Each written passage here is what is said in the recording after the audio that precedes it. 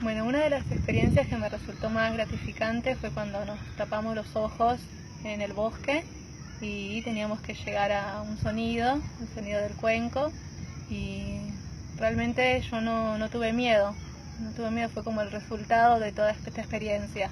No tuve miedo y me entregué realmente al sonido y al sentir. Fue muy maravilloso. Gracias. Gracias.